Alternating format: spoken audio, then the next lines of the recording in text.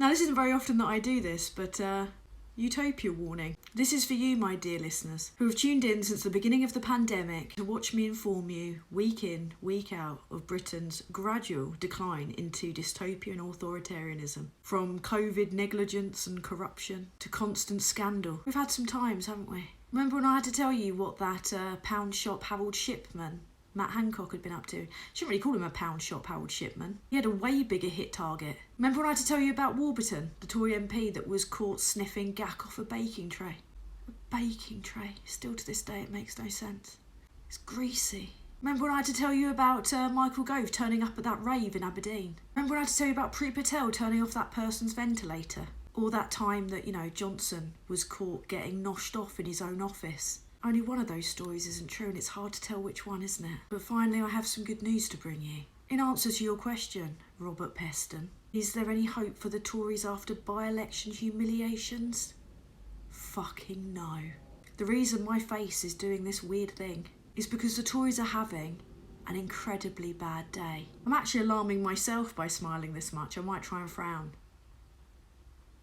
And if you think those by-election defeats last night were bad news for the Conservatives, you're going to have a fucking brilliant time come the general election. So let's get into it then. Chris Pincher had to step down in Tamworth because he couldn't stop touching people up, and then Dean Dorris had to step down in Mid-Bedfordshire because gin. Firstly, Sarah Edwards took Tamworth with a 23.9% swing. Honestly, Labour was swinging harder than a married Tory last night. The Tories had a majority there of 19,634. Boom. It was the second biggest swing for Labour since the Second World War.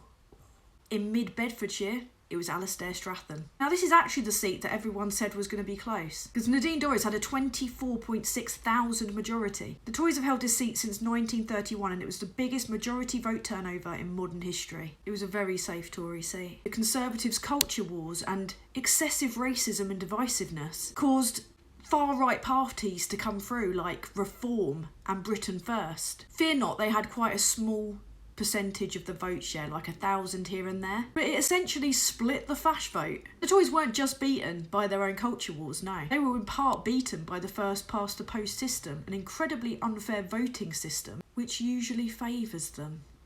The Conservatives were essentially fucked with their own dicks, which I guess makes a massive change from them going around showing their dicks to junior staff members. Do you want to see a picture of what would happen if the swing in Tamworth was replicated across the entire country? Beautiful. A lot of commentators saying today that Tory MPs sitting on a 15,000 plus majority should be very afraid. And I agree, they should be very afraid, because the last time that Labour were winning by-elections like this was in the 1992 to 1997 era, just before Tony Blair's landslide Labour victory. Now, watching this all unfold last night was pretty chaotic, to say the least. There was a bit of a running theme, and running is the operative word, yeah. Because both the Conservative candidates legged it off the stage before even hearing the winners do their speech. First off, there was Andrew Cooper, the guy that shared that flow diagram, which said that people that can't afford to, feed their kids should fuck off. That guy. Turns out he took his own advice.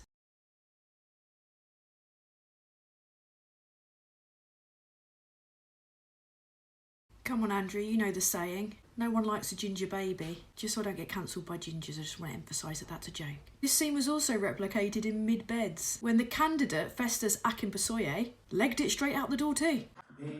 As soon as the declaration was made here, he just shot off the stage. There was this really weird moment of panic. All the people had got on the stage just before the results were about to be announced in Tamworth, and nobody could find the Tory candidate. They were waiting for an extended period of time to find him, only to discover he wasn't even in the hall. Where is the Conservative candidate?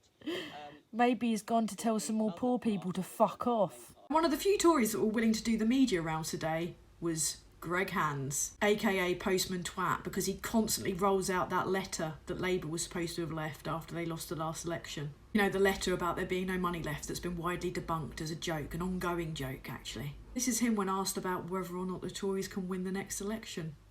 Do you think you will win the general election if it was held in 12 months, within 12 months? Well, yes, that is ultimately what I do think. I'm genuinely worried about Greg Hands. He's like the last sad, lonely clown left behind after the circus has left town. I've got strong suspicions that he's been sniffing the pens at number 10. The Tories are currently about as popular as a nonce at an after-school club. In fact, they're incredibly likely, statistically, to be the nonce at the after-school club. It's important to give a lot of credit to Labour for this too. Alistair and Sarah were both solid candidates. They put in the effort on the doorsteps, they took the time to speak to people. And unsurprisingly, people are pissed off. They're realising that the hardships that they're facing are directly as a consequence of this Conservative government. And I said years back, when wearily telling you day in, day out about what they've been up to, that when the tide will turn hard. And it's happened. Now, it's incredibly hard to say when they will call an election. Whilst I'm taking nothing for granted, I have never been more confident that we're going to get rid of the Conservatives at the next election. We're going to definitely need to implement tactical voting to get the ball over the line. This is going to be a hard year. The Tories are going to pull everything they can out of the bag. And I implore everybody in Britain to hold tight and not believe the bullshit that they're going to be throwing our way. But we've got a plan. And we've got a lot of support for that plan, and we're going to throw everything at it. Because we don't intend to just get rid of the Conservatives, no. We intend to ensure they're humiliated and weeping in a sports centre on election night. Anyway, I would say fuck the Tories, but they've done it to themselves and it's delicious.